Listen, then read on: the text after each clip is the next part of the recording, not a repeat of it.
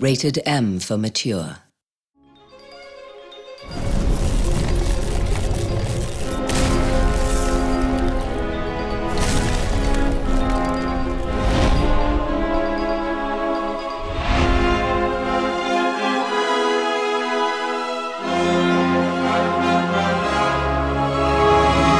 So with Reckoning, what I wanted to do was really bring the hardcore action moment-to-moment button presses and choices that players have with an action game or a fighting game into the RPG stance. So you're not looking so much at DPS and like math over time, you're looking at which attacks I'm using over time and how to defend it properly and where I am in relation to each enemy. That's the thing when you play RPGs. You do the RPG element, but you're like, oh man, I gotta go fight this in this dungeon. This is gonna be boring. You got the like slow, and that's my combat. You're not looking forward to fighting, but you're looking forward to the story because it's so interesting. We really wanted to bring the RPG gamer a little bit more to the action side. If we had cool hardcore stuff for the hardcore action gamer to like get into and understand, that's cool, but we really wanted to be bringing all that fun to the RPG gamers.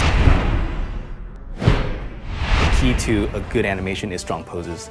I feel like if you look at our combat, and hopefully when you freeze a frame, if you did, that you have a strong pose there. And like it's dynamic and you can tell exactly where the swing is coming from, how heavy the weapon is, and basically how powerful the player really is. Want it to be like badass, strong, raw power, no soft type of thing, no whimsical thing, it's all just hitting hard, mess you up, clear the room type of action. We tailored our poses and our animation to the control. Like we really try to push that as far as we possibly can. Everything about every button press is that there's pregnant action to it. Todd McFarlane really speaks well to it. Young and his team are really all about seeing each pose being strong, and then my job is to make it feel like I did that with that button press. It wasn't anybody else, that was me. So there's only one way to do an action RPG in the style that we're doing, and that's to sit the animators and designers side by side. That was like the key of making all of this possible. Designers have their own mind of how things need to be for damage and hit reacts and timing, and animators have their own mind for how to make it look good and how to make it look like it has proper weight. It's a lot of back and forth. Sometimes, we're like, all right, it's not gonna look the best, but it's gonna feel good. And designers like, okay, fine. You can have more frames, it's gonna be a little slower probably, but it's gonna look good. You see it in-game, all the fluidity of the player's moves and the NPCs and how the enemies work with the player and everything, to the sync actions, to the stealth kills, to the face shift kills, how everything transitions so smoothly. It's a direct result of us sitting together and implementing all this stuff together.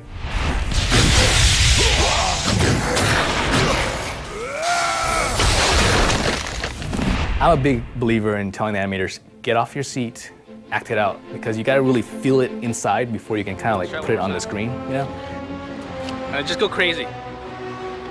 It's hard to describe, but like as an animator, you want to make it as believable as possible.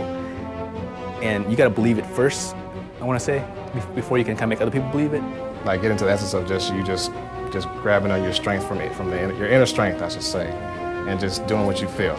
No like training involved, just Hail Mary with these weapons and see what you can come up with. We want to make it believable, but at the same time, we want to make it awesome. Where like you're like, wow, I know that's impossible, but I want to do that.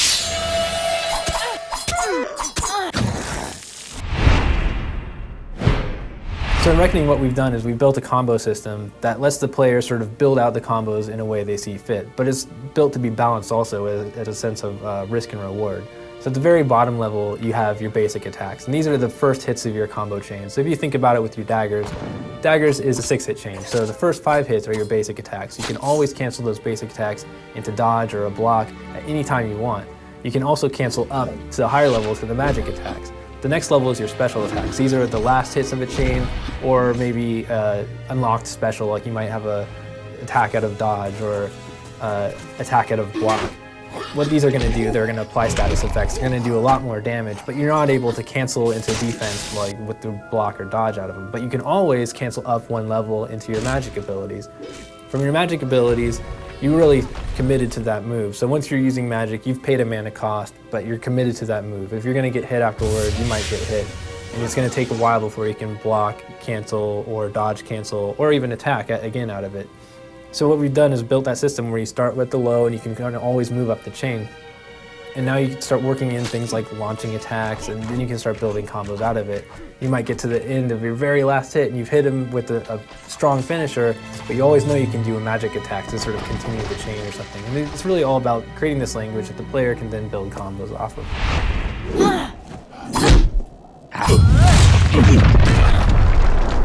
When a new player comes to our game, I really do want him to see that it's an RPG. It's got all these action elements, and we've given them all these choices to sort of shape the way that they play their character and equip their character's gear and the abilities that they use.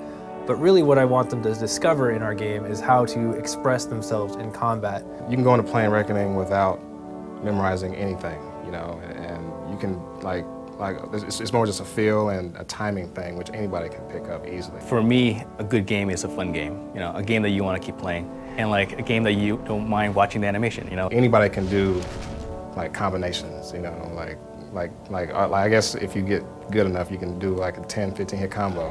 But I mean, but even that said, that's easy to do. It's so easy, you know. So you just pick it up and just mess around, have fun with it, and next thing you know, you'll be kicking all kinds of ass. In any other game, they're always going to have the standard 4 attacks that they use, and that's what makes them a warrior. But in our game, I feel there's so many variations on how you can actually play that out as a warrior, whether you're using dodge or teleport or blocks or parry, or which combinations of weapons that you're actually using and magic abilities, that it really does become sort of an expression of you. And it's just so much fun just to walk through our own building here at Big Huge and just see each player playing in their own way, and in combinations that I never thought would be possible, but they work, and it's just sort of how each person just represents themselves. So really what I want to see is just that self-expression. I'm really looking forward just to seeing videos of like combos or ways like people have found to defeat enemies just using the tools that we've given them.